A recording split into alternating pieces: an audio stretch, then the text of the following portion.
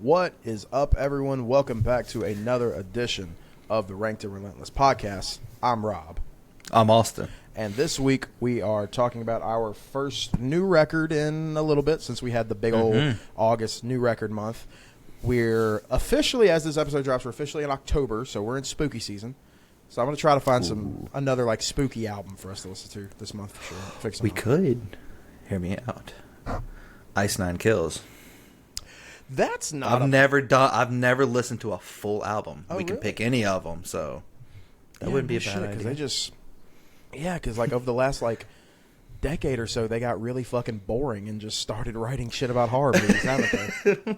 Well, they only did one album. It was like Shadow of something like that, and then after that, it was. So they did one album that was books.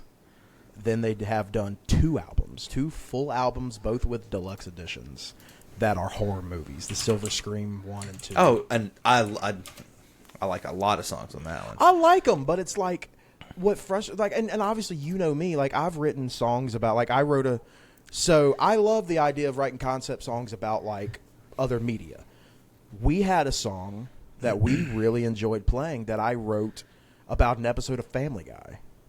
Yeah, that's right. I forgot about it. It was about the Spring Break episode of Family Guy. The song was called Spring Break. It's one of those, like, it's a fun song. Like It's one of those that, like, I feel like lyrically, I don't want to say one of my better songs, but, like, as far as, like, telling a cohesive story goes, like, I cooked a little bit on that one, especially for it being as long ago as it was. But, like, it was a fun, like, upbeat kind of pop punk meets emos 2000s kind of song. And it was a lot of fun to play live. And you would not know it's about an episode of Family Guy unless I told you. I also had one about an episode of Californication called LA Changes People. We played that a little bit. That was my favorite. I really, really love that one. I've reworked it a little bit to make it more of an acoustic song. And like whenever I do like pop-up gigs, I'll play it now. But like I've done stuff like I wrote a song that I don't think you've heard yet. I wrote a song about Cobra Kai. You told me about it, but you haven't showed me anything on it. It's called Hash Brown because of that one line in that one episode. But yeah, so I like that. But I don't just do that. I have a few songs. Like the ones I just named are like a few of the only ones I can tell you that are like that. Ice Nine Kills said, fuck the bullshit. We're just writing about horror movies now. And it's frustrating because they had good records. Good original records. It was only Safe as Just a Shadow, which is my all-time favorite. I still listen to that one, both editions. And literally right after that was Predator Becomes a Prey. Been horror ever since. They only came out with one normal record, I think. Well, they had a couple. And an EP in front. Well, so they had like a lot of different like stylistic changes. Like they sounded nothing like back in like when they first got started. Dude, when they first got started, they sound nothing remotely like they sound now. Like now, like the sound is at least similar to that. To what is it? Safe as Shadows, whatever. Fuck. Safe as Just a Shadow, yeah. Which was that like the sound is similar to that. But, like, when they first got started, I think they were, like, a fucking ska band or some shit like that. Like Last Chance to Make Amends was the first album. I've never even listened to it. It was a mix of heavy metal and punk pop and ska. Yeah. I've seen Ice Nine Kills a couple of times live, and that's another frustrating thing is, like, when I see them, like, they're playing all the horror songs, which a lot of them fuck, dude. Like, American Nightmare is fun. They can't hit the notes from Safe as Just a Shadow anymore. My ass he can't. Well, the really high vocalist, that was the guitarist. Oh, I mean, everybody's left. Like, the fucking singer's like the only motherfucker. But, like, he's finding good musicians to hop in. But, like, they're playing, like, I like American Nightmare. The shower scene is one of my favorite songs of theirs. Like, I saw that one. They performed that whenever I saw them on the Knotfest Roadshow. That was fire. But, like, all that shit's fine. But it's also, like, I wouldn't mind hearing The Greatest Story Ever Told. I wouldn't mind hearing 100%. The People Under the Stairs. I wouldn't mind hearing Chris Brown's latest hit. Like, give me the older shit. Like, there was some fire-ass music, dude. Like, there was. Why are we just forgetting that ever existed? That's my heat with Ice Nine Kills. Like, you had a good catalog. Like, let's... Like, if you want to keep doing the horror shit, that's fine. But play me some of the old ones, dude. Right. Just play The Greatest Story Ever Told once. For dude, that one, yeah. That guitar intro is so killer, dude. Yep. But anyway, we haven't talked about what we're actually talking about this week. Nope. It's spooky season. We're talking about A Killer's Confession, Victim 2. Mm-hmm. Now, there's a Victim 1. Yeah. I haven't listened to it. Allegedly, there's going to be a Victim 3. From what I understand, this is going to be a trilogy. There's some kind of I've already said the word once, but I forgot what the fucking word is. Whenever what's concept? There's there's a concept in place. Okay. Thanks for helping me there, Austin. I appreciate you. No problem. That's what I'm here for. That's a good guy right there. That's a good guy if you ever get a chance. But like, there's a concept in place here. I don't know what it is, but there's a concept with all these albums. I'm sure, dude. The thing is, like, there's probably some interviews out there that I can go look for with Waylon where he talks about these. But the reason I wanted to cover this band is because I am a big Waylon Revis fan. Former vocalist of Mushroomhead, joined the band in like 06, 07. Did a few albums with them. Did Save Your Sorrow was the first record he did with them. There were 2 more records after that one that I didn't get super into. But that was around the time when I started listening to them. It was like 08, so it was like a year after Save Your Sorrow came out. I saw them in 09 on tour with Head PE, and they were still supporting that Save Your Sorrow record. Waylon made such an impression on me, like as a young teenage frontman myself, as I was back then. Waylon commanded that fucking stage. He sounded immaculate. Like I've talked about this before. Like, he replaced this guy J-Man Popson, who was the unclean vocalist before Waylon. When Waylon came in, he could scream scarily similar to J-Man. Like, scarily similar. Like, whenever they did, I almost said covered, it's still a Mushroomhead song, but whenever they did Sun Doesn't Rise, when I saw them, and I'm listening to Waylon, like, dude, I could have closed my eyes and I'd be like, that's fucking J-Man. Like, that's what that is. He sounds so similar, but he could also sing. He could sing his ass off. And he, after leaving Mushroomhead, which there's a lot of heat there between Mushroomhead and like, literally the only original member left is their drummer. We've had this conversation on a few episodes. Maybe hang up the. He don't even. Maybe hang up the name. He don't even play drums anymore. He does like the keyboards and shit now. Oh my god. I don't know, dude. I don't know. He don't have to do shit anymore. That's I don't know what's going on. Like, they brought back Gravy recently, one of the guitar players. Who Gravy was a guitar player when I saw them. They all had cool names back then too. That was neat. So I'll tell you the lineup when I saw them. The drummer, Skinny. The vocalist, Waylon was the only one that went by his shoot name. The other vocalist was Jeffrey Nothing. He came out. They were all like, they usually have like their own like specific costumes that they wear on stage. Like Jeffrey Nothing usually does like kind of like a Leatherface butcher kind of gimmick. They all, for this tour, it was the first head-to-head tour. For this tour, they all had like these green trench coats and like porcelain doll masks, but they like varied them up their own way. Yeah, Jeffrey. They're running out of money. I think it was a big tour with not a big tour budget, I think is what it was. And like, I saw them at Clicks in Baton Rouge. Yeah. You been in Clicks? Yeah. There ain't room to put people, dude. Like, let alone this is a band with like 7 or 8 motherfuckers, dude. Did you ever go when they had the stage? Because they don't even have the stage anymore. I haven't seen it in so long. So like last time I went to Clicks, back whenever I was working at EA, they don't even have the stage in there anymore. But like, that stage is so small, dude. They had to fit like 7, 8 motherfuckers on this. But they all had these like porcelain doll masks, and Jeffrey Nothing comes out with like a chicken over his dick, and like he would like regular, like he like spank and like choke the chicken during the show. I don't know, dude. That was funny. It stuck out to me. Waylon had his pants unbuttoned the whole show. I don't know why. He had a belt on, pants unbuttoned, unzipped, but the belt was holding the pants up. I don't know. I just remember these things. So yeah, Waylon and Jeffrey Nothing were the vocalists. Skinny's a drummer. The guitar player is Gravy. The bass player is Pig Venus. Pig Venus, yeah. That's solid. I'm upset. I like that. The guy on the samples is Stitch, who more on Stitch in a little bit, and the keyboardist was Schmatz. And then they had, I want to say it's possible that one of the because they have water drums they have on stage for a certain song. I want to say one of the guys playing the water drums might have been Little Dan, who is now currently in A Killer's Confession as a drummer. It was either Little Dan or Roberto Diablo. I can't remember who was the guy on the tour. But those are the names. These are the people that we're dealing with here. And yes, one of my favorite shows I've ever seen, dude. Like they put on a fucking hell of a show.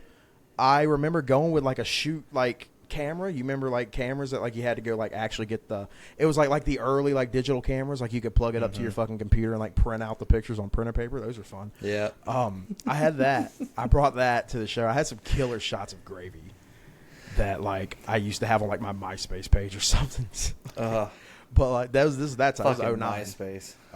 This is the end of MySpace. This is 09. But yeah, dude, like fun show. Love those guys. Loved Waylon. Like there was this real intimate moment. So there's 2 songs on that record, Save Your Sorrow. One's called Save Us. And there's another song at the end of the record called Embrace the Ending, which Embrace the Ending is written very much kind of like a B-side to Save Us, where like it's same arrangement. It's kind of like a Vermilion Part 1, Vermilion Part 2 kind of thing from Slipknot. Okay. It's kind of like in that vein, where like one of them is like more of like a rock song and the other one is the like ballad. That's kind of the thing with Save Us and Embrace the Ending.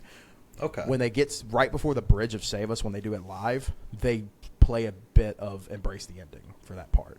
And when they do that, sick. Waylon picks his mask up and just gets like real close, like gets like right up in the front row, and just you feel it, like it's like he's singing like eye to eye directly to everybody up front with the mask up. I ain't never seen anybody with Mushroomhead do that. That's cool as fuck, dude. Corey Taylor, we all know what he looks like. He's not going to Slipknot shows taking the mask up. True. I don't know what Waylon looks like. He looks like a dude. He looks like I don't have a clue, dude. He looks like somebody's uncle, dude. Like he looks like somebody's uncle from where we grew up. Like that's what he looks like. Like I heard Mushroomhead, I was like, yeah. It was interesting, but it never it was never in my radar ever. And like even to be honest, this is the first not only song but album I've heard from Killer's Confession. So first album for me. Like I've heard like songs here and there, but like when they first got started. I just was like, fuck, dude, it just made me miss Mushroomhead. But what really made me want to listen to this record is last year when A Killer's Confession was going on tour, they were doing 2 separate sets where for set 1, it would just be a regular Killer's Confession set, and they would play like stuff from Victim 1 and some of their earlier stuff. And then they come back for one final set, and it was called, I want to say they might have it on the Wikipedia page, but I can't find it. But anyway, there was no, here it is. A Horrifying Trip Back to the 2000s is what it was called. And so it was they would play another set of like 8 or 9 songs, and he would bring up members from Mushroomhead's past. So he brought Stitch up to do like help him with like Jeffrey's parts for 1200 and Simple Survival, and then he would bring J-Man up to do the older stuff, do Becoming Cold and Sun Doesn't Rise, a lot of those other big hits. They had Schmatz, the old keyboardist, come out at some point in the tour. They brought Little Dan to come out and play. Tanks, who was one of the guitar players, and they would play all these Mushroomhead songs in the second set, and it was awesome. Damn. Like, and it was paying a proper tribute because current day Mushroomhead, it ain't it. I'll say so. Who hasn't been a part of that? What do you mean, like who hasn't? I don't like the old Mushroomhead guys. The Mushroomhead lineup reads like a dictionary. It's so many fucking names, that bad. It's so well, like I said, like there's like 7 or 8 motherfuckers on stage at a time. Slipknot be embarrassed by the amount of former members Mushroomhead has. Like there's a lot. Like there's a fucking lot, dude. I don't think Slipknot's ever really changed members except for after the bass player. I mean Paul, then Joey. They've had multiple bass player and drummers. Well, yeah. One quit and one died. Yeah. Chris Finn, the big nose motherfucker, he left. Did he? Mm-hmm. Oh, I didn't know that. Okay, damn. Yeah, he left. All right, never mind. So they've had a few, but yeah, like nothing crazy. Few. But nothing. But yeah, nothing crazy. Like if I'm gonna pull up Mushroomhead's Wikipedia right now. We're gonna put the over under at 20 former members. Oh my god. So current members, the 1, 2, 3, 4, 5, 6, 7, 8, 9, 10. Fuck, there's 10 of them now. Why? What do they do? I'm actually gonna try to. I'm gonna get down to the fucking. We're gonna find out why the fuck do they have 10. There's like 7 when I saw them. Which of the 10, 2 of them I saw. Dave Felton, also known as Gravy, and Steve Felton, who is skinny. Okay. Is he actually skinny? Yeah, he's a little fuck.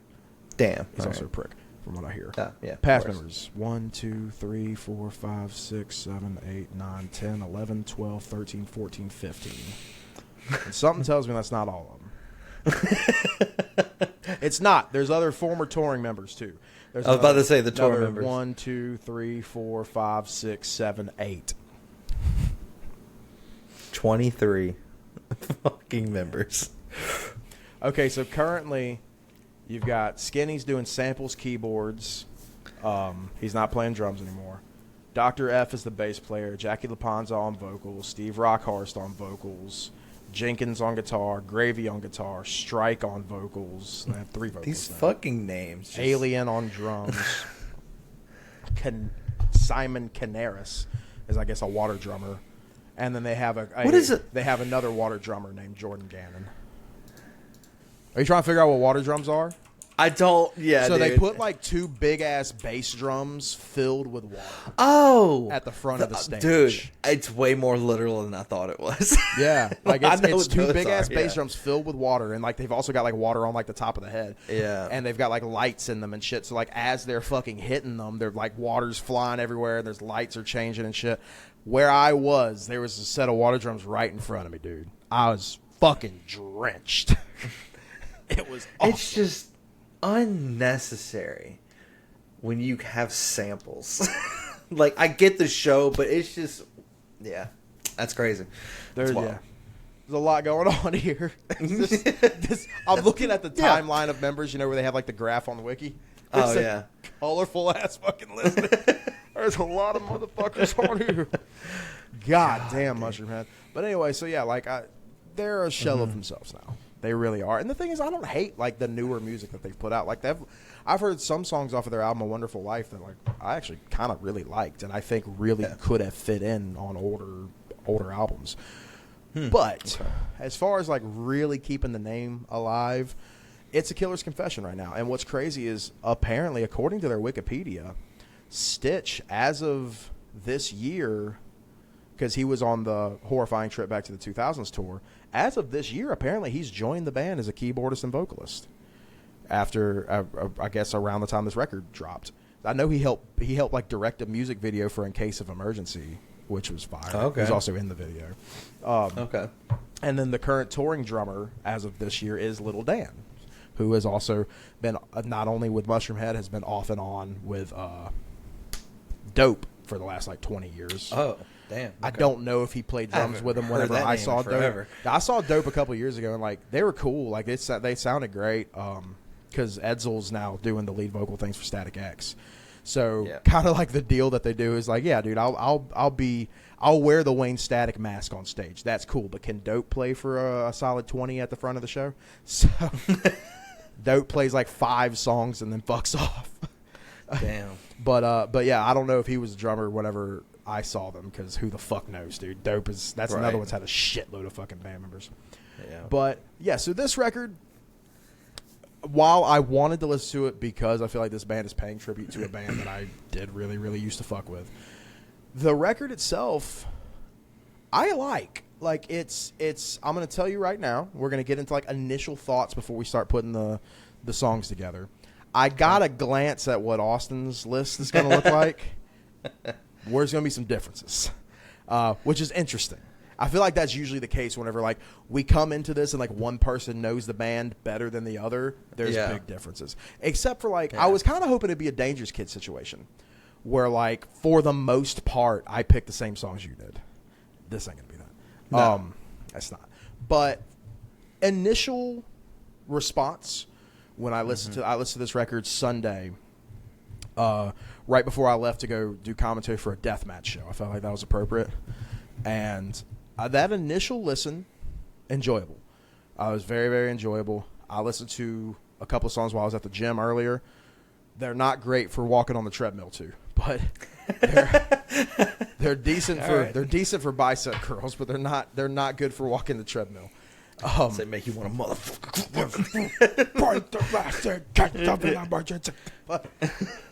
but I'm and then I listened to it again literally shortly before we hit record here, and yeah, like I enjoy it.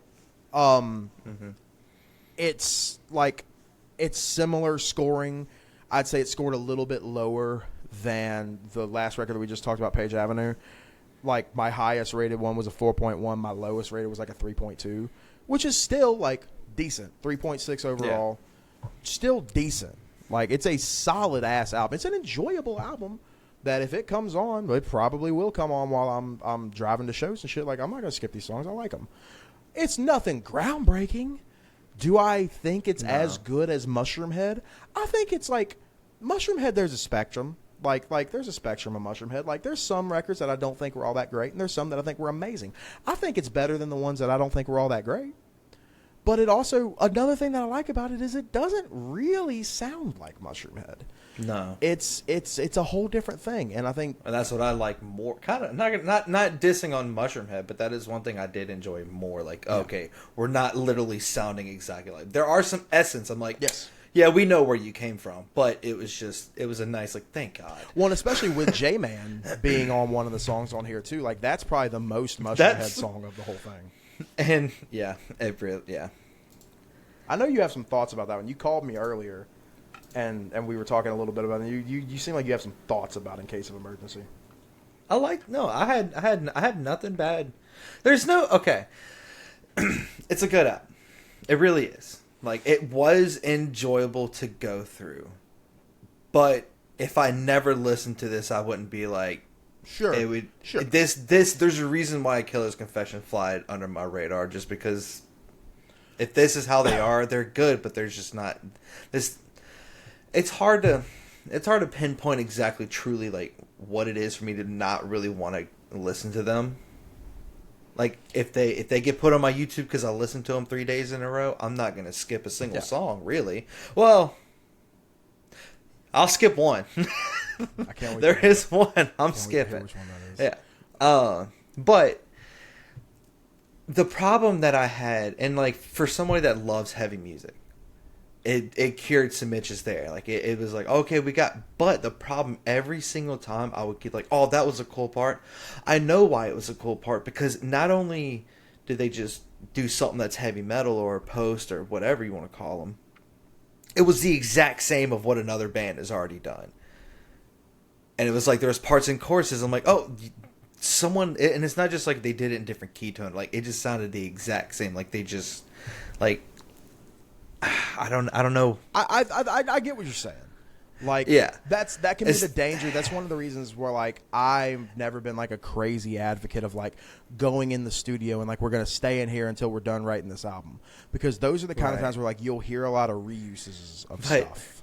There is, but the problem is it was just like, oh, yep, Trivium did that 19,000 times in one album, but y'all did it a couple times. Like, all right, cool. Wow, that chorus is exactly what Godsmack would have said and done.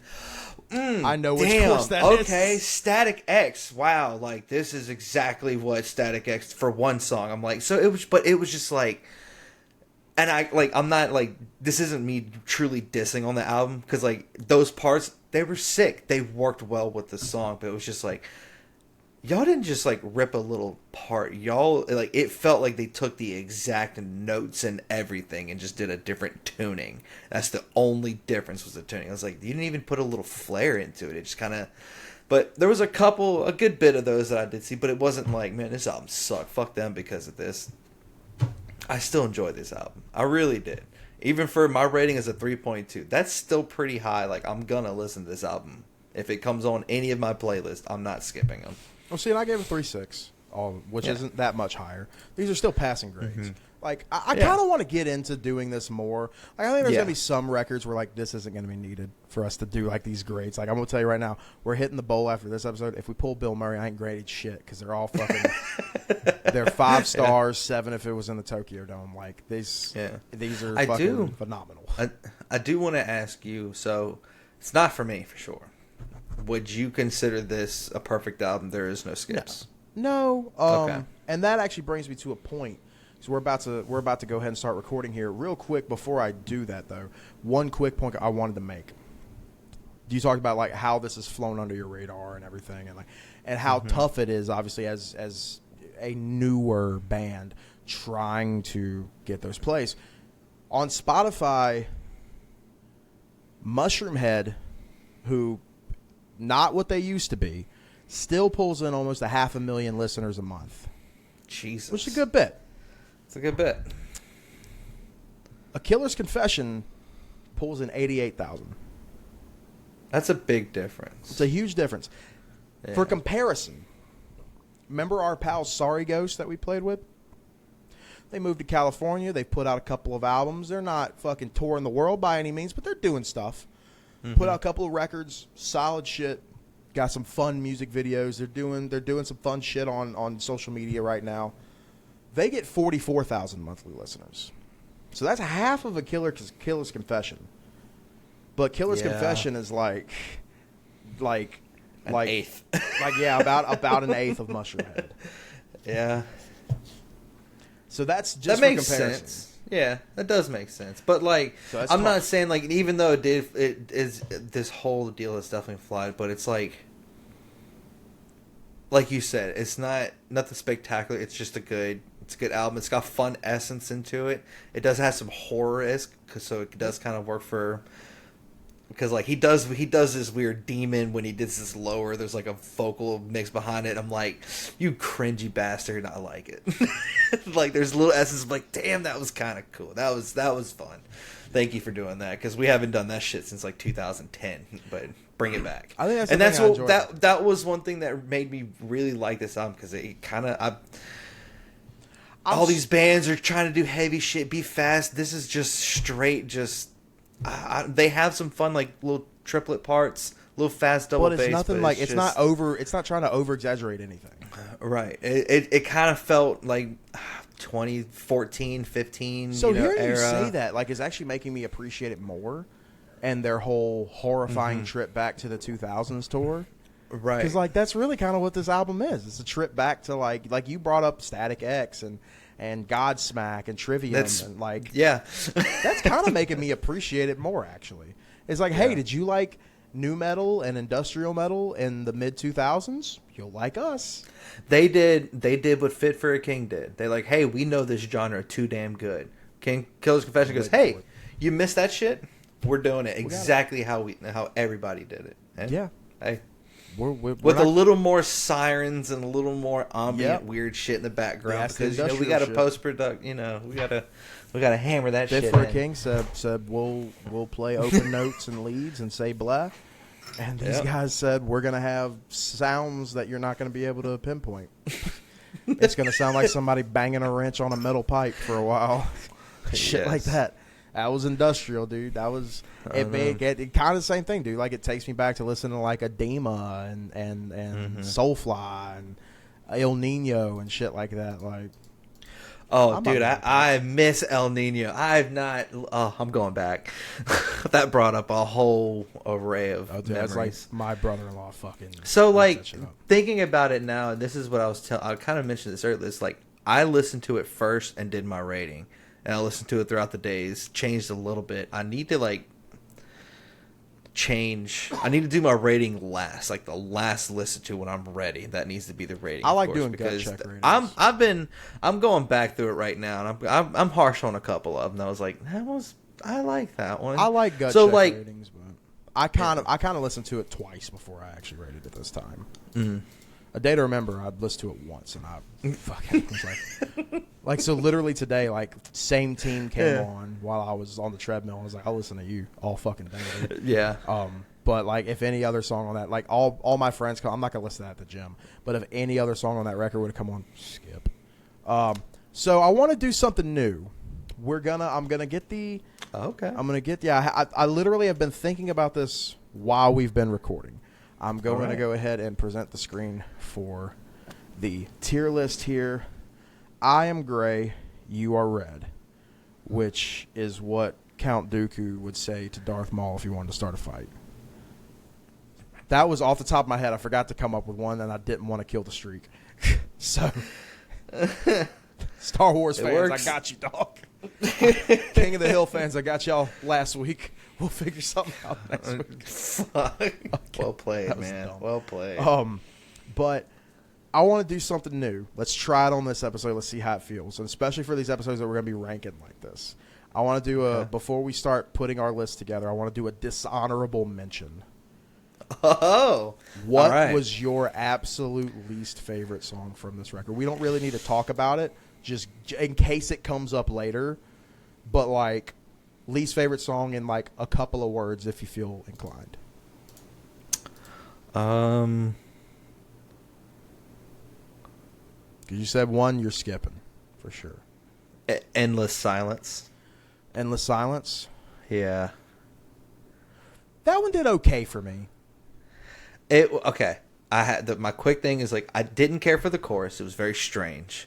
The whole like I said it was pre-chorus and then going into the singing of the chorus part or whatever that was. The lower voice, like his lower voice, I did like in a couple parts of this album. That one borderline annoyed the shit out of me. Like it was almost too much, and it just straight up felt like a Five Finger Death Punch song, and just kind of almost as annoying. Not fully annoying as Five Finger, but almost there. And I was like, this one ain't it. I compared this one to Gemini Syndrome, actually. Actually, yeah. I literally said Gemini Syndrome sounding ass. I said repetitive chorus for Endless Silence. But it did okay for me. It was one of my lower ones, but it did okay. My least favorite. See, I have a 2. That's a 2.5. So my least favorite was Facts. Dude, that's my second least. Is that the Godsmack one for you? This one was it. I put verses was very boring. Chorus was actually okay, except for the whole like weird shit that's going on in the background sometimes. And it was like if Sick Puppies and Godsmacks had an abortion child that survived. I don't know where the Sick Puppies comes in on this. Some of the things that he does vocally. There's a lot of it's whenever I kind of comment some things with Sick Puppies through the vocals. There's some things that like they both did similar that like I did like, or that like that kind of reminded me of an old Six Puppies song, the way he did a pre-chorus, like For me, I said they overused the title. Like literally every other line he says Facts. That drove me nuts. And when you said Godsmack, I was like, that's Facts. Because I said it's a typical tough guy song. I guess you had to have one. It's a typical tough guy song of I'll fucking fight you, fucking you know. So that's that. I actually haven't even put my 5 in order. I think I know what my number 5 is. I haven't written. I just have them all ranked right here. Who is going first? Actually, I apologize. What? Still, Dark Side was absolutely my most hated one. I hated Dark Side too. Yeah, Dark Side. So that's the one that was like the lyrics were and it's Godsmack's love, hate, sex, pain. That's all that fucking was. I said whatever that effect is in the background, I fucks with it. Yeah, I like the effect, but I said like it sounded like some basic ass shit I'd hear on Octane. Mm-hmm. But yeah, Dark Side I actually disliked more than Endless Silence. So, But who's going first this week? You are. Okay. So, my number 5, I was about to say 1. My number 5 is Heart Shaped Box. Okay. This is a momentous occasion. This is the first time that a cover song has been ranked, I believe. Might be the first time we've talked about an album that had a fucking cover song on it, for all I know. Honestly, yeah. Well, no, because we did the deluxe edition gimmick, whatever the fuck, for the Poison. So Sanitarium was an option. Yeah. Heart Shaped Box. I like this cover. I think that it does a thing that you need a good cover to do. I want to know what this is being a cover of, but I also want it to be different, because if you're just doing the same shit Nirvana did, who gives a fuck? And I think that it does stand on its own. they kept the arrangement, like everything is where it would be in the original. They didn't add any parts or anything. They didn't shorten any verses or nothing. They kept the arrangement entirely the same. The guitar, for the most part, is playing the original with subtle differences, like in the chorus. There's some like heavier chugs in the chorus. Yeah. But for the most part, the guitar excuse me. For the most part, the guitar is doing what the original Nirvana song does. Everything else, though, is different. Like, I really enjoy the drums. The drums are pretty unique in the song, I'd say. There's a lot going on. I think it's a fun cover, you know, and that could be a tough thing to do. But I think that they did it well with this one. I mean, to have the balls to put a cover like that, of that gratitude. Yeah, I mean, like, that's next to it better be good, you know, yeah, because that could ruin your whole career. Next to Smells Like Teen Spirit, this would be the most covered Nirvana song. Yeah. So like that's why like bands would like pick like one of their I don't want to say the least known, but like one of the singles that didn't get as much play. Like there's been a few bands that have covered Sliver or something like that. But you know, go find like Penny Royalty.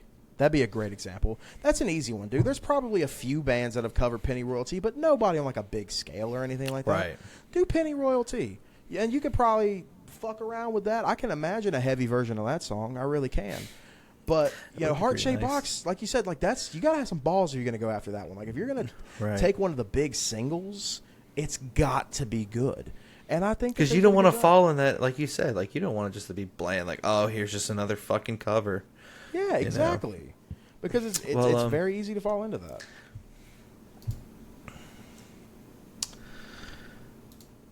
My turn? Yeah. Yeah, you can put mine up there. That's our shit. That was... Yep. that was... And it scored a 3.5 for me. A 3.6 for me. Nice. Okay, so 3.6.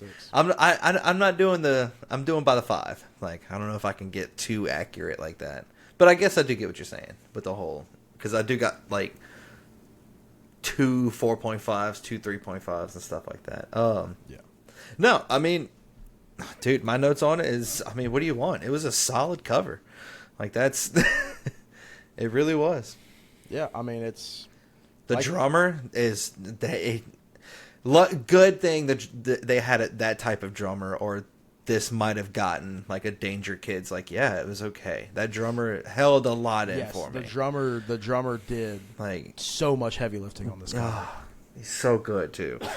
A lot of accents and just ghost notes, fills. Oh, so good. So my number 4 actually is Suffering. Suffering. Okay. Scored a 4. Okay. But not for me. Well, tell me how you feel about the song. So this one I just enjoyed. Like all around to me, it was just a good song. Like I didn't really find anything wrong with it. Everything flowed. It had some heavy. It was kind of like I would almost consider this one like a ballad-esque to the rest of the album.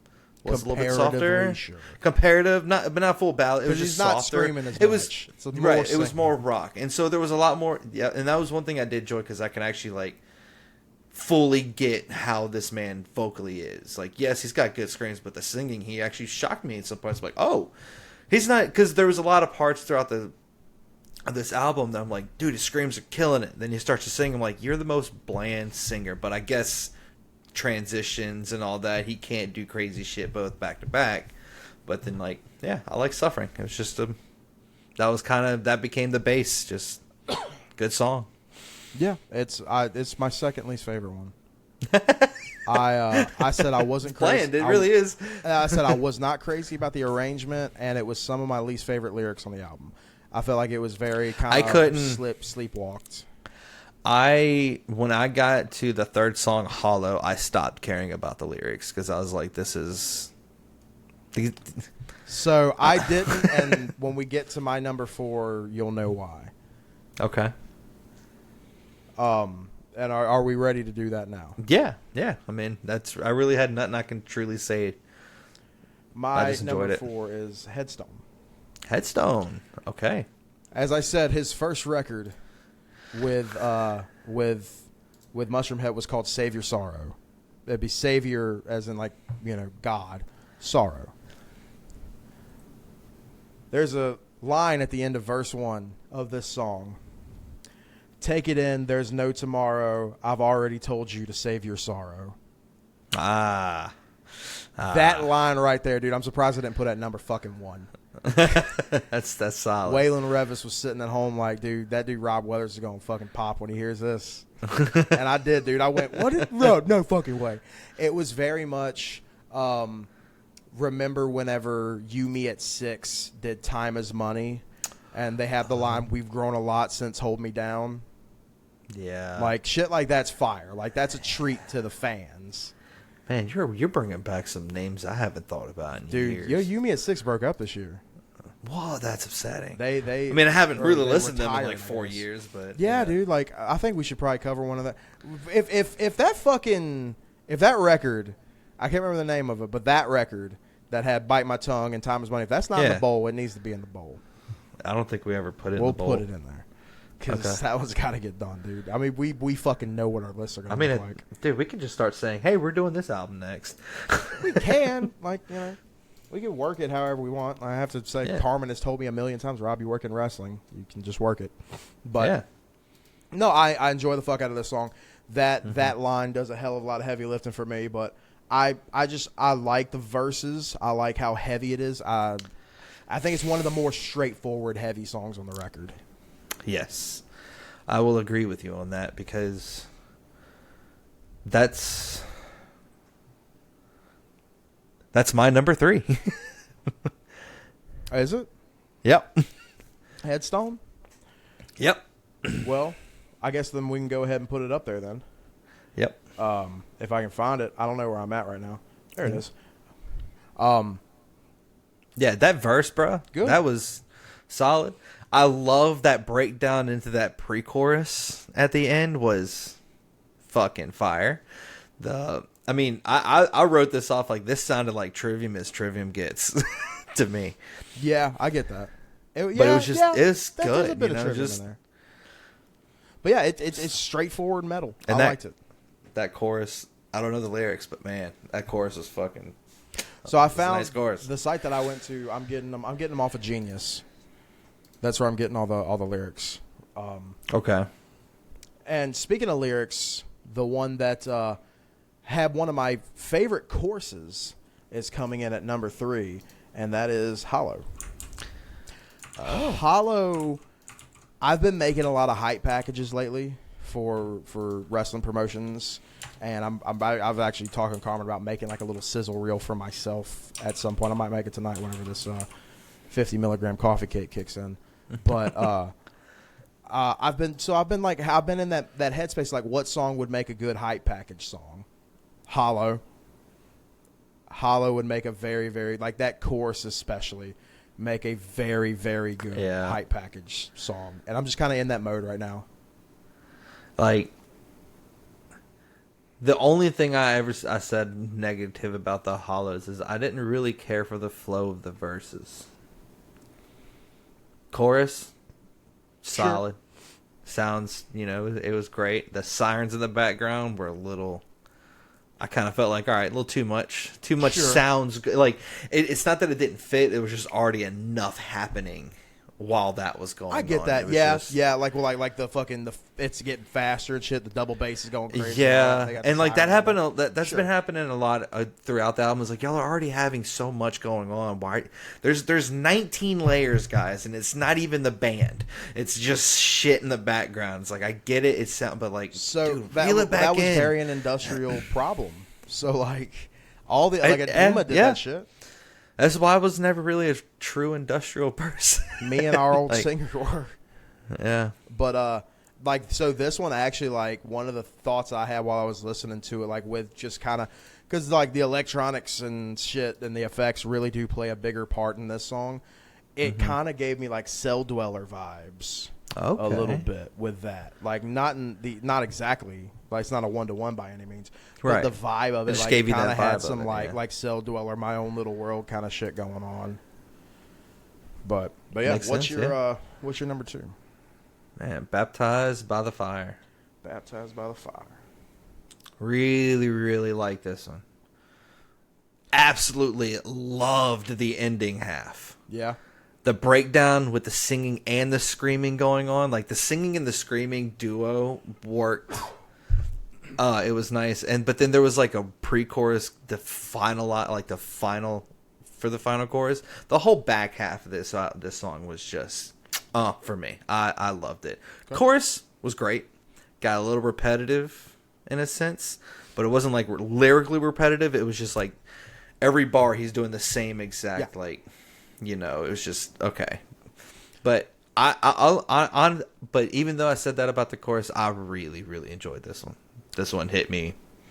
My one line I wrote about Baptized by the Fire is this song is Octane's Wet Dream. Dude, this shit would hit the accelerator so fast on Octane. This motherfucker will be number 13 on Biggins tomorrow. Dude, this is Octane's wet fucking dream of a song. Like, I feel like that should be the single. If it's not, or if it already is, it should be. Baptized by the Fire, no. What are the singles on this album? The singles were In Case of Emergency, Hollow, Fax, Heart-Shaped Box. Okay, I mean, get rid of Fax. Yeah, get rid of Fax. If Fax wasn't on this record, it'd have done a hell of a lot better.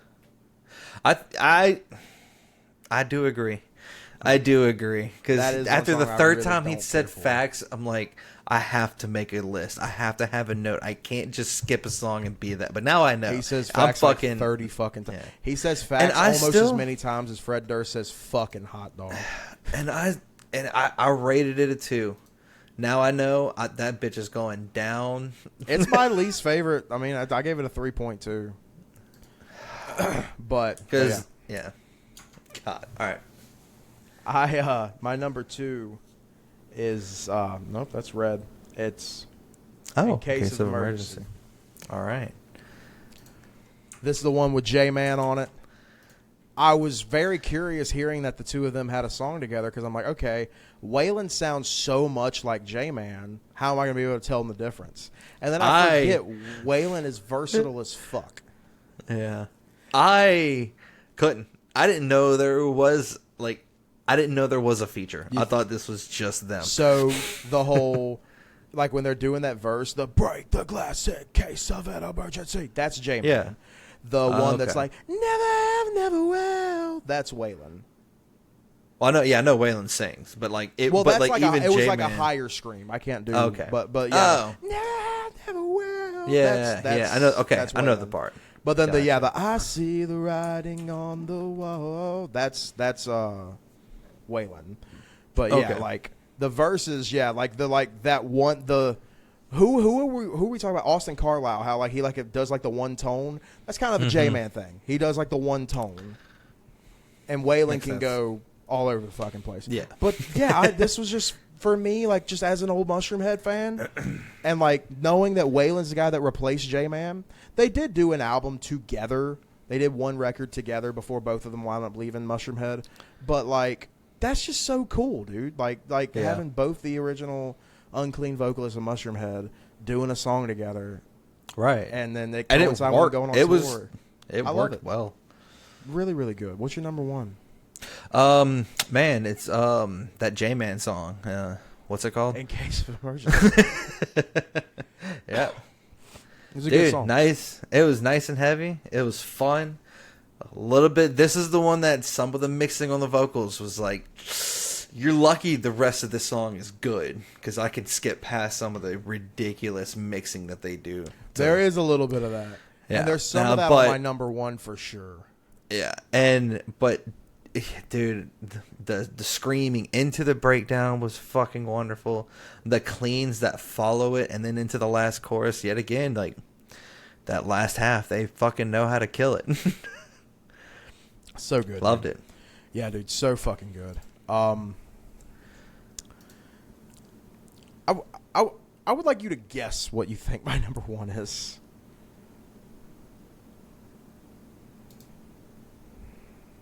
I have a strange feeling it's Hand of God. No. What I said about Hand of God is another Octane-ass course. Yeah. That one got a 3. Actually, What? Hopeless Gray. Okay. Yeah. I find myself going back to this one the most. It's the one that, like, I think is a good way to open the record. It does a lot of that vocal shit you were just complaining about. It does a lot of that. Do you want me to tell you what I said about it? Please do. Hold on one second. Okay. Hopeless Gray. Vocals lacking. He's not doing much, I'll tell you that. No. The music was fun, heavy, had a good flow musically. This one, I think this one got a 3, so it's still a good song. The thing that killed me on this song is he had a great breakdown at the end. Mm-hmm. He had a good opportunity to have a solid, hard call out. Whatever the fuck he did, wasn't it? That was not the right call out for that type of breakdown, buddy. You could have been more impacting. You just destroyed that vibe from a person that. I'm not a snob for breakdowns, but I'm kind of like how you are, a lyricist. I'm a breakdownicist. That kind of sounds racist. Fair. So that was the true, like, dude, you had such an insane build-up, and then you gave us a whole sentence. Yeah. And said something weird that I was trying to get the... Could you said 1 or 2 words, probably would have been better. Yeah. Are you looking to see what he said? I'll tell you. Yeah, I don't... That's what I was trying to get to. So, allegedly... But musically, I will agree this one was... This one was one of my, like, favorite, just... He says... Because the intro was sick. He has 3 separate lines. Says, I am the rain on a sunny day, the perfect shade of hopeless gray, and the hand you can't pull away. So those are the You 3. can't rhyme a call out, bro. You say fair. one of those lines, and then you can't, and the breakdown hits. Like, it was solid. It was, man, great. What the fuck was that? Other than that was it. I'll give That's you all, that. really. I'll give you that. That's fair. Yeah. That's fair criticism. That is a fair criticism. But musically, really good. Perfect. Solid. I will Great say, intro. Like vocally, like he's not doing anything nuts. Like he's not singing anything crazy. Like I think that it's written very well. I love the chorus. I'm on the dark side of light. Like I like what he's doing. But yeah, he's not like, this ain't the one where he's trying to like show you what he can do vocally. It's also important to mention that like Waylon's probably mid to late 40s now, like, you know. So, and that's one thing that I am kind of realizing a little bit more, since we're talking about it, is the fact that I've never really listened to these guys. I've never really truly sat down and gave all my attention to any Mushroom Head song. I know what they sound like. I know it's decent. I know a lot of people like them. I just never really went back to them. So it's like, his vocals in it was very kind of soft and just like mild-mannered, when you have pretty heavy grooves going on in the background and pretty like impacting music in the back. And so that was one thing that kept throwing me off, because I guess I just never really listened to this type of stuff, really. Like, it is kind of weird for me to, like, when he's singing, it's soft-spoken almost to me. Yeah. When he's got heavy shit in the background. So it's kind of like, it threw off like kind of a dynamic. Yeah. I get that. I was going to go ahead and start getting this, because I don't want to hit that hour if we can avoid it. But right. No, yeah, I love that song, but we know for a fact In Case of Emergency is number 1. We know that for a fact. We also know that Headstone's going to be number 2. We know that for a fact. Okay. Heart-Shaped Box is going to be number 3, because we both had that at 5. So we had 3 similarities. Yeah, not bad. So let's figure out 4 and 5. Hopeless Gray, Baptized by the Fire, Hollow, and The Suffering. What do you think? Since that was your first, let's put Hopeless Gray at 4. I didn't want to ask, but... Well, it makes sense. But, other than my little tidbit, like, it's a solid fucking song. Like, it's a great intro song. It's heavy at the end. It's great. It's just, my rating was very low on it. So, between Baptized by the Fire and The Suffering, I liked them both. So, like, I'm fine with either one of them beating out Hollow. Like I said, like Hollow, like it's fire ass hype package music, but like that's whatever.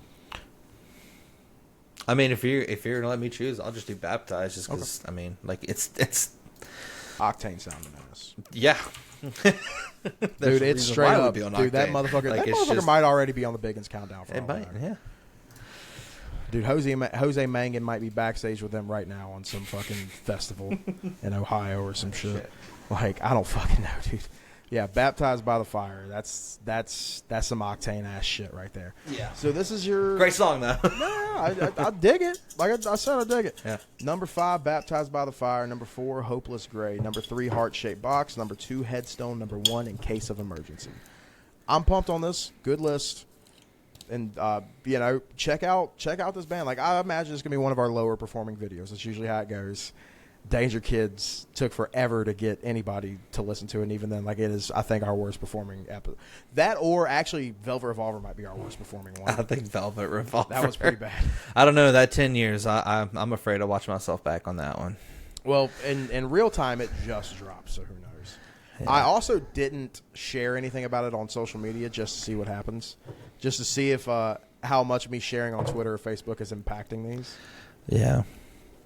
So that was that album. Please go check these guys out.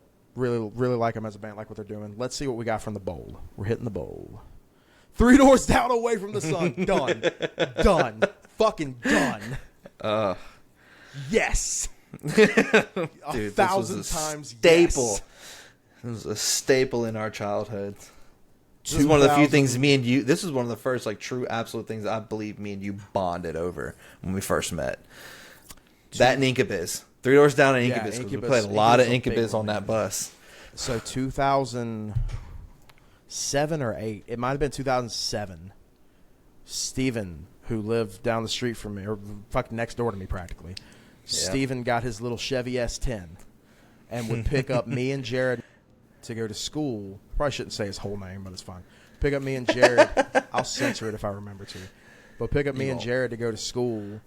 And he had this little Chevy S10, which, like, you know, the little tiny single cab truck for everybody, just one single bench seat. Steven's an average size teenager. Me and Jared are not. So Jared be like sandwiched in between the two of us. I'm squeezing that fucking door for dear life. And there's 2 albums that we would listen to every fucking day. One we listen to, one we listen to from. When we were coming home from school, we would listen to Anthem for the Underdog by 12 Stones. Solid. Both these records belong to me, by the way. We would listen to Anthem for the Underdog by 12 Stones. And on the way to school, we would listen to Away from the Sun. Fucking beautiful album, man. Such a good album. I haven't been this excited.